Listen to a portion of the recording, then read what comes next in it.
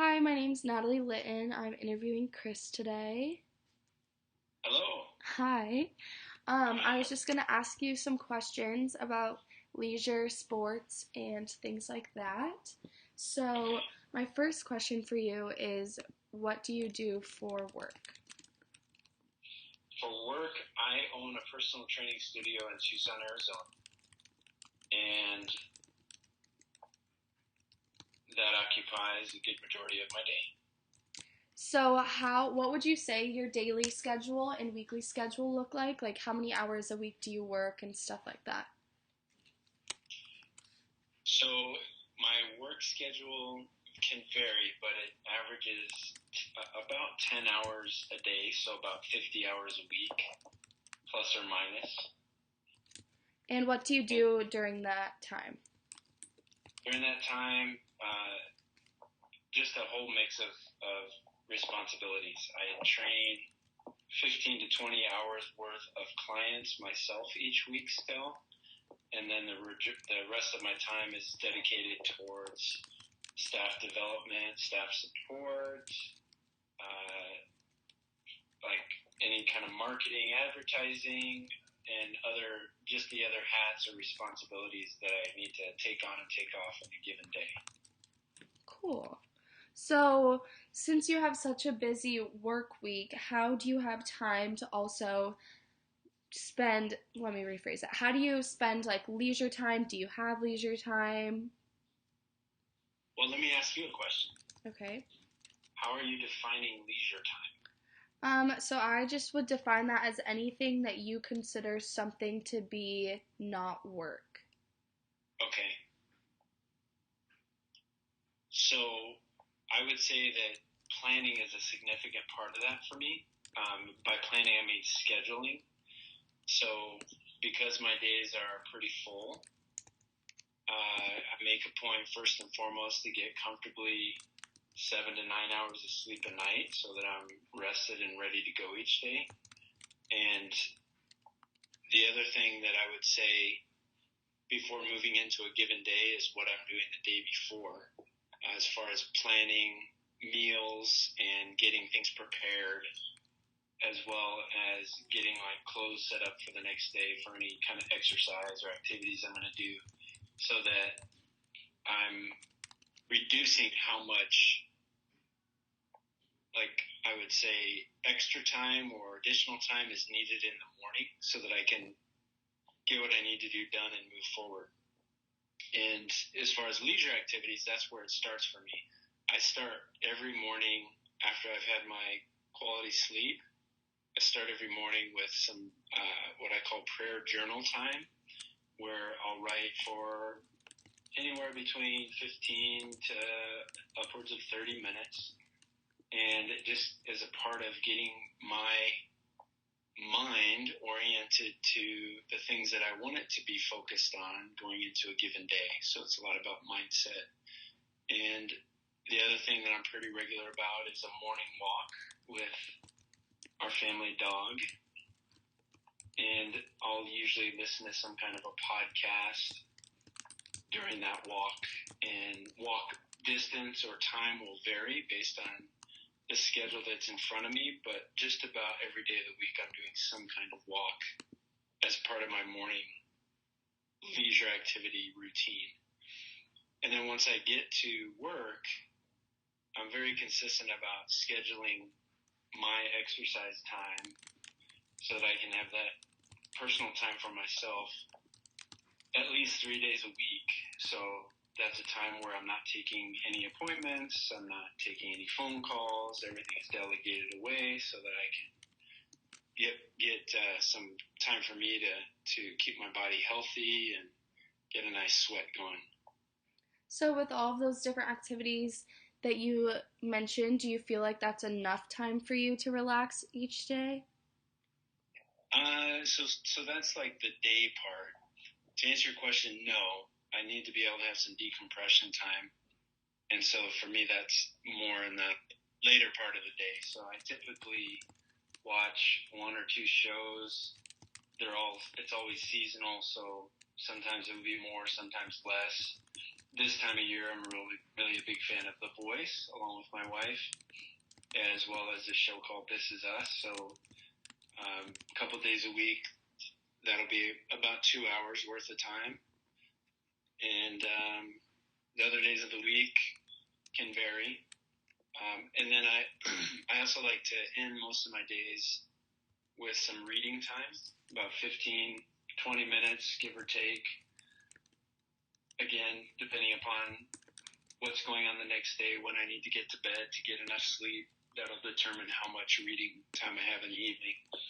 But if I do those things, I feel like I'm decompressed enough to be able to get a good night's sleep and get rock and rolling into the next day. Awesome. So, do you see any variation from the leisure activities you do on the weekdays versus the weekends? Definitely. The weekdays require me to be more scheduled and to have more organization and pre-planning. The weekends are the weekends, so I don't have as much going on. I typically will not do any kind of strenuous exercise or, quote, leisure activity. An exception to that might be to go climbing with my son. He likes to indoor rock climb, and so I like to spend time with him doing that. But that's not necessarily an every weekend thing. Consistently on Saturday and Sunday would be a longer walk with our family dog. And again, I'll listen to podcasts during that time as well, but the choice, the selection that I'm listening to can be different than the week. And the walk is more relaxed and at whatever pace not only I want, but also our dog wants, because I don't have to rush to be somewhere. So those walks can be upwards of 45 minutes to an hour, where during the week they're going to be shorter. The other thing that's different would be just recreationally. During the week, my wife and I don't do a whole lot of scheduled time with each other, aside from connecting in the evenings. We don't do a whole lot of scheduled time because it's not a good time for us to get out of the house, because I need to be up typically much earlier than she is each day of the week. But during the weekends, that's a great time for us to connect, whether it's at home watching a movie or hanging out in different ways, or getting out of the house and enjoying some personal time with each other, whether it's a date or just kind of getting out of the house. Think of anything else? So then, the things that I would say something that's consistent would still be my morning time. When I get up varies from the week.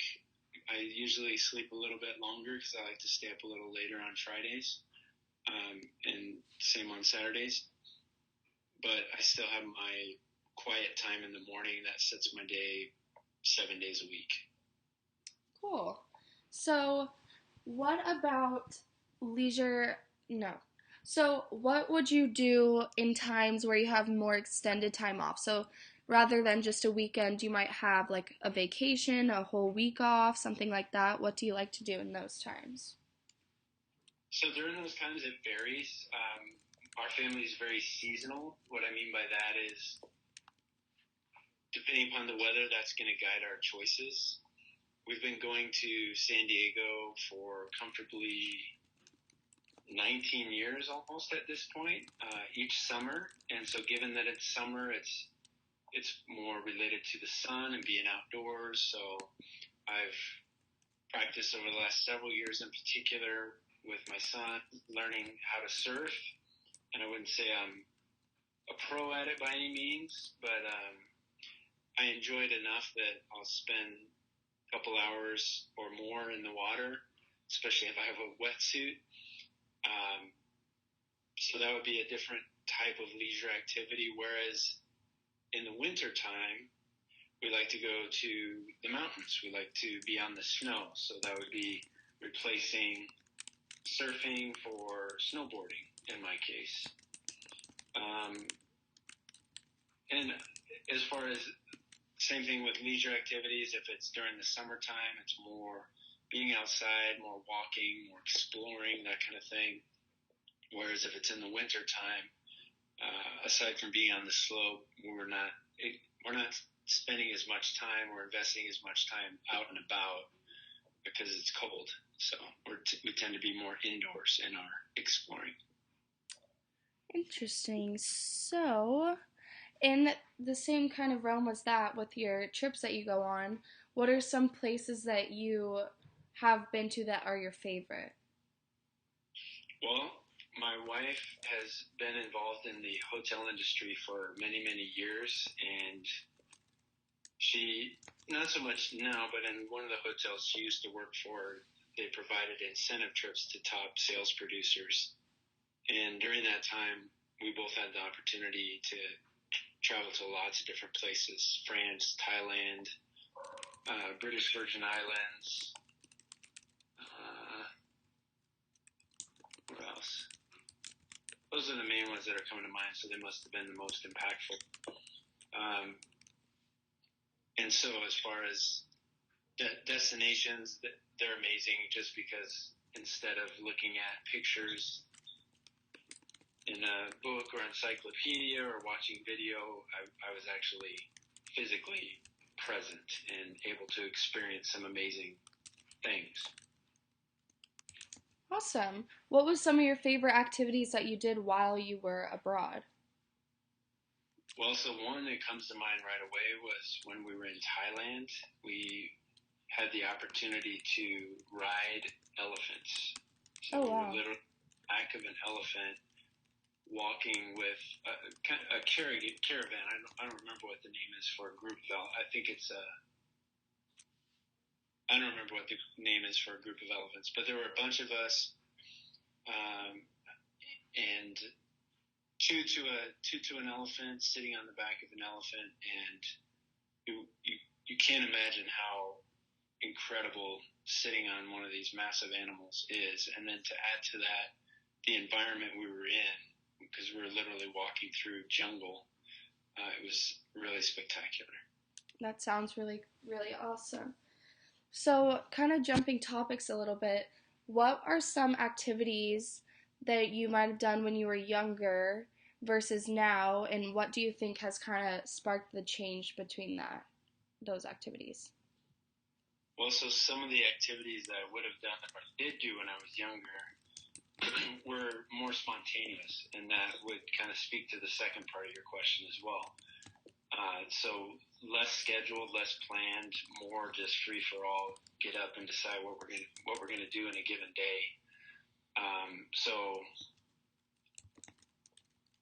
the neighborhood that I lived in, I was one of the older kids, but there was a good handful of other kids. Even though they were younger than me, they became my friends, and so we would do everything from playing football on the street, baseball on the street, a lot of things in the street. Yeah, a lot of things in the street. It wasn't a busy neighborhood, thankfully.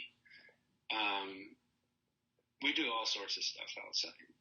And then if I didn't have anybody to play with necessarily, then I would find things to do by myself. And anything from throwing a football in the air and trying to catch my own pass, again in the street, or throwing any kind of bouncy ball I could find against a wall we had in the backyard.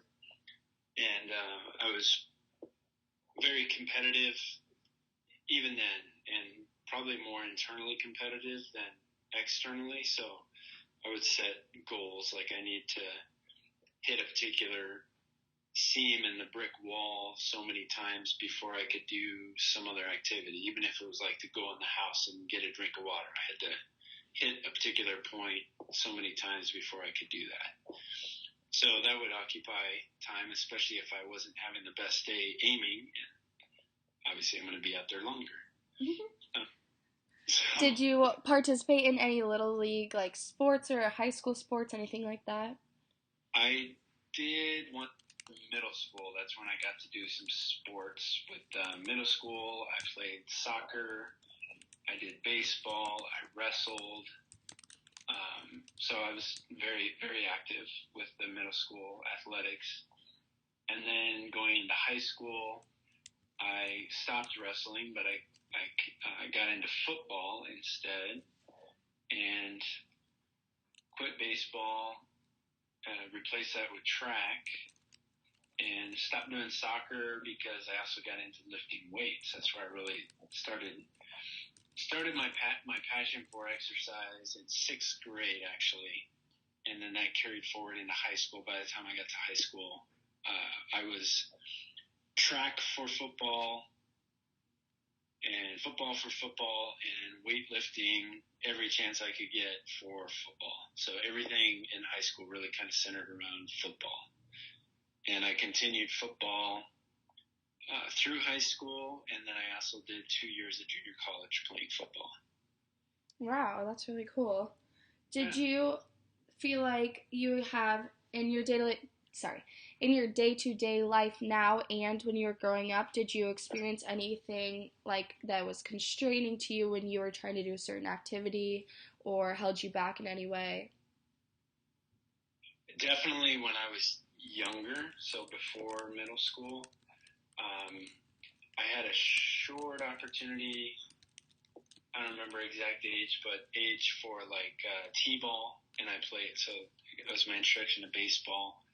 And then I think I had one season after that I got to play, and then sports were pretty much taken away from me. I didn't grow up in the best home, and control was an issue, and one of the things that was taken away from me for whatever reason was sports. So I wasn't able to participate in any kind of organized sports in the way that I would have wanted to until I got into middle school. And how do you think that has affected you as a person now? Well,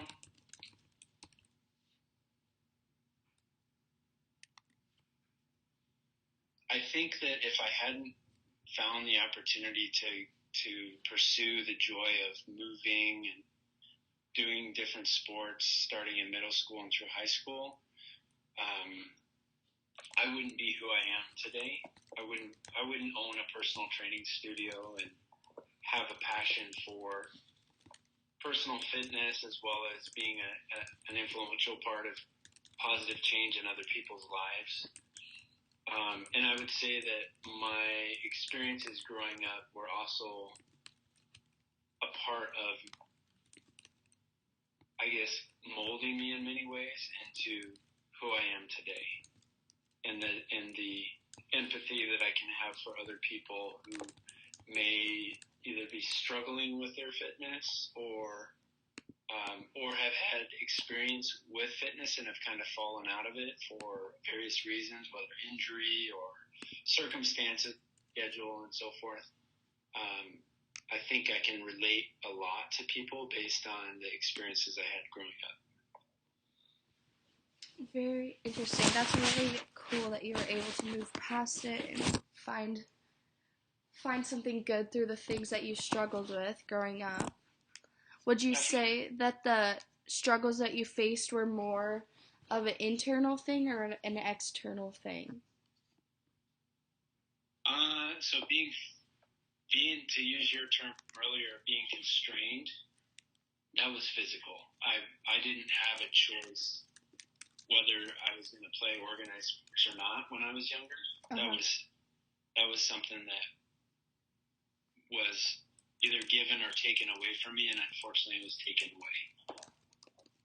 Internally would be more of a confidence-related thing associated with kind of how I grew up, and especially like a little backstory,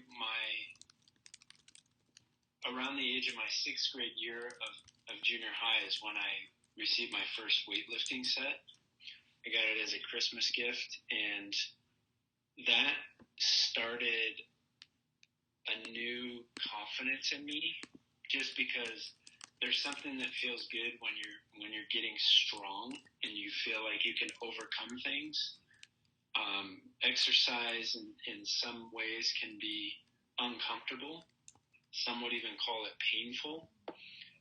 And so that became an outlet for me. And when I discovered that I could overcome discomfort and push through, it just continued to build my confidence. So by the time I got into organized sports, I had a layer of confidence that I wouldn't have had before, and that carried forward into high school and beyond as well. So that would be more of the internal. But again, it was for me not a negative. It actually catapulted into quite the opposite. Well, thank you so much for sharing all of that with me today. Um, yeah, thank you. You're welcome.